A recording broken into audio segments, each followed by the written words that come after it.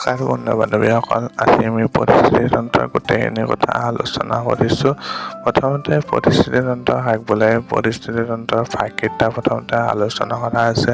তাৰপিছত পৰিস্থিতি তন্ত্ৰৰ বৈশিষ্ট্যবিলাক আলোচনা কৰিছোঁ। পৰিস্থিতি তন্ত্ৰৰ গঠন তোমালোকে নিশ্চয় জানা। পৰিস্থিতি তন্ত্ৰৰ গঠন কেনেধৰণৰ। তাৰপিছত উৎপাদন কাক বোলে, তোমালোকৰ পৰীক্ষা ইম্পৰ্টেণ্ট হয়। তাৰপিছত ভক্ষণ কাক বোলে, ভক্ষণৰ ভাগ।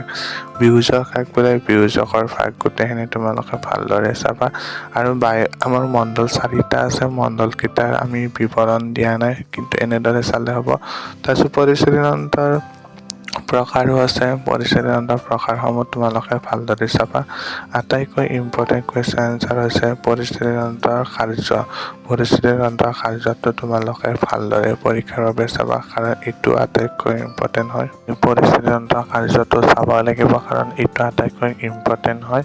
তাৰপিছত খাদ্য শৃংখলৰ প্ৰকাৰ আছে। খাদ্য শৃংখলৰ 2টা প্ৰকাৰ, আৰু খাদ্য শৃংখলত তোমালোকে তাৎপৰ্য চাবা, খাদ্য শৃংখল কি আৰু খাদ্য শৃংখল কি, খাদ্য শৃংখল কেনে উদাহৰণো দিছোঁ।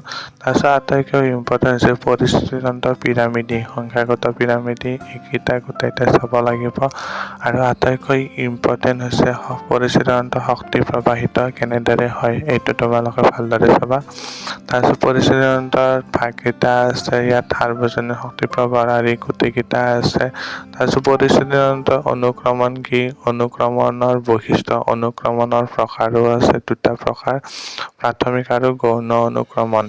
তাৰপিছত পৰিস্থিতি তন্ত্ৰৰ জলজ পৰিস্থিতি তন্ত্ৰ কি, জলজ পৰিস্থিতি তন্ত্ৰৰো যেনেকৈ ভাগ আছে, তোমালোকে জলজ পৰিস্থিতি তন্ত্ৰ কি গোটেইখিনি চাবা। তাৰপিছত আমি আলোচনা কৰিছোঁ ইম্পৰ্টেণ্ট, তোমালোকৰ গোটেইখিনি কুৱেশ্যন এনচাৰ আলোচনা কৰিছোঁ এই পাঠটোৰ জৰিয়তে। তোমালোকে মাথো যদি কিবা প্ৰশ্ন উত্তৰ নোৱাৰা, প্লিজ মোক কমেণ্ট কৰিলে হ'ল। মই তোমালোকক কমেণ্ট ৰিপ্লাই দিবলৈ চেষ্টা কৰিম। আৰু তোমালোকে যাতে মোক আগুৱাই যোৱাত সহায় কৰা, তাৰ বাবে মই তোমালোকক অনুৰোধ জনালোঁ। আৰু ভিডিঅ'টো ভাল লাগিলে প্লিজ তোমালোকে মোক এটাকৈ কমেণ্ট কৰিবা।